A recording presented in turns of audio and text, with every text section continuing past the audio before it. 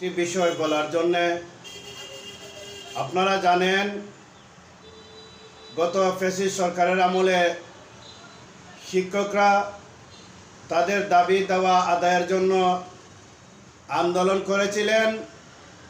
এমনকি দুইজন শিক্ষক আন্দোলনরত অবস্থায় মারাও গেছেন। তারপরেও সেই ফ্যাসিস্ট সরকারের একটু দয়া হয় নাই, মায়া হয় নাই, বরং আমাদেরকে আরও আছে। আজ সেই অপমানের ফল তারা নিজেই ভোগ করতেছে। তারা দেশ ত্যাগ করতে হয়েছে, তাদেরকে পলায়ন করতে হয়েছে। তারা আমাদেরকে বলেছিল যে আমরা শিক্ষকরা নাকি আমরা কারণবশত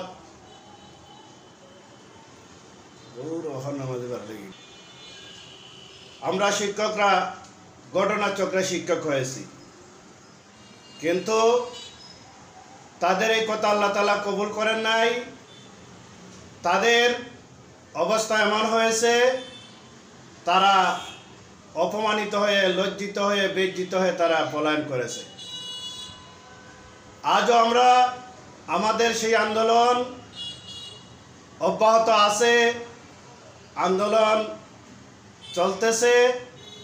লক্ষ লক্ষ শিক্ষকরা তাদের দাবি আদায়ের জন্যে জাতীয় প্রেস ক্লাবে জমায়েত হয়েছেন। তাই আমি অভিভাবকদের প্রতি দৃষ্টি আকর্ষণ করছি, বিনীত অনুরোধ করছি, আমরা আমাদের পেটে যদি শান্তি থাকে, আপনাদের বাচ্চাদেরকে আমরা হাসি মুখে আমরা শিক্ষাদান করব। তাই আপনারা আমাদের সাথে একাত্মতা প্রকাশ করেন, আমাদের সাথে আসেন আমাদের এই দাবি বাস্তবায়িত করার জন্যে। আমাদেরকে সরকার অপমান করেছে, আমাদের সরকার কোনো মূল্য দেয় নাই। যারাই বাংলাদেশে আন্দোলন করেছে তারাই সম্মান পেয়েছে, কিন্তু আমরা শিক্ষক সমাজ একমাত্র অবহেলিত। আমাদের আন্দোলনের ফলে সরকার মাত্র 500 টাকা আমাদেরকে বৃদ্ধি করে দিয়েছে। এটা নিতান্তই অপমানজনক। আর তাও দিয়েছে যেদিন আমরা শিক্ষকরা সবাই আনন্দে থাকার কথা, যেদিন আমরা শিক্ষকরা হাসি খুশি মুখে থাকার কথা, যেদিন আমরা আমাদের শিক্ষকরা সব দুঃখ কষ্ট ক্লান্তি ভুলে গিয়ে আমরা নতুন একটি বছরকে শিক্ষক দিবস হিসাবে গ্রহণ করার কথা, সেই শিক্ষক দিবসে আমাদেরকে সে অপমান করেছে। সুতরাং আমি সবার প্রতি অনুরোধ জানাবো, আমাদের শিক্ষকদের প্রতি, অভিভাবকদের প্রতি এবং দেশবাসীদের প্রতি, আপনারা আমাদের পাশে দাঁড়ান। যে যেখান থেকেই পারেন আমাদের এই আন্দোলনে অংশগ্রহণ করুন, সোশ্যাল মিডিয়ায় আমাদের পক্ষে কথা বলুন। আমরা আমাদের দাবি আদায় করে গড়ে ফিরব ইনশাআল্লাহ। সম্মানিত দেশবাসী, আপনারা জানেন এই দেশের সামান্য একজন নেতা হলেও তারও কোটি কোটি টাকা থাকে, কিন্তু আমরা শিক্ষক, আমরা হচ্ছি শ্রেষ্ঠ, আমরা হচ্ছি জাতির একটি কারিগর। আমাদের কোনো মান নাই, আমাদের কোনো সম্মান নাই, আমাদেরকে অবহেলিত। আমরা থাকতে হচ্ছে একটি টিনের ঘরে, আমাদেরকে বাসা ভাড়া কেউ দিতে চায় না, কারণ আমরা বাসা ভাড়া মাসে মাসে আদায় করতে পারবো না। আজ যারা অবৈধভাবে টাকা রোজগার করতেছে, যারা সামান্যতম পাতি নেতা হয়েছে, তারাও এসি এয়ার কন্ডিশনের নিচে ঘুমাইতেছে।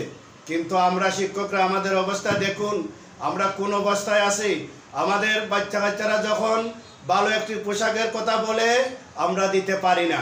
আমাদের বাচ্চারা যখন বলে আব্বু কুরবানির ঈদ আসছে, আমরা কি কুরবানি দেব না, আমরা কোনো জবাব দিতে পারি না। এই লজ্জা, এই অপমান আমরা সারা বছর সারা জীবন কি থাকবো না, আমরা তা থেকে বের হতে চাই। আমাদের সম্মান, আমাদের দাবি আমরা আদায় করে ছাড়বো ইনশাআল্লাহ। তাই সরকারের প্রতি দৃষ্টি আকর্ষণ করছি, আমাদেরকে রাস্তায় না নামিয়ে আমাদের ক্লাসে ফিরানোর ব্যবস্থা করেন। আমাদের 20% বাড়ি ভাড়া 1500 টাকা চিকিৎসা ভাতা প্রদান করে আমাদেরকে খুশি করে আমাদেরকে ক্লাসে ফিরিয়ে দেন। আমরা আপনাদের বাচ্চাদেরকে আমরা সুশিক্ষা শিক্ষিত করে তুলতে চাই। আমি দৃষ্টি আকর্ষণ করছি প্রশাসনের প্রতি, আপনারা যারা পুলিশ, র্যাব, আর্মি রয়েছেন, আপনারাও কোনো স্কুলে মাদ্রাসায় পড়েছেন, আপনারাও কারো না কারো ছাত্র। এই শিক্ষকরা হচ্ছেন আপনাদের গুরুজন, তাদের সাথে আপনারা কখনো খারাপ আচরণ করবেন না, তাদের সাথে কোনো বেয়াদবি করবেন না।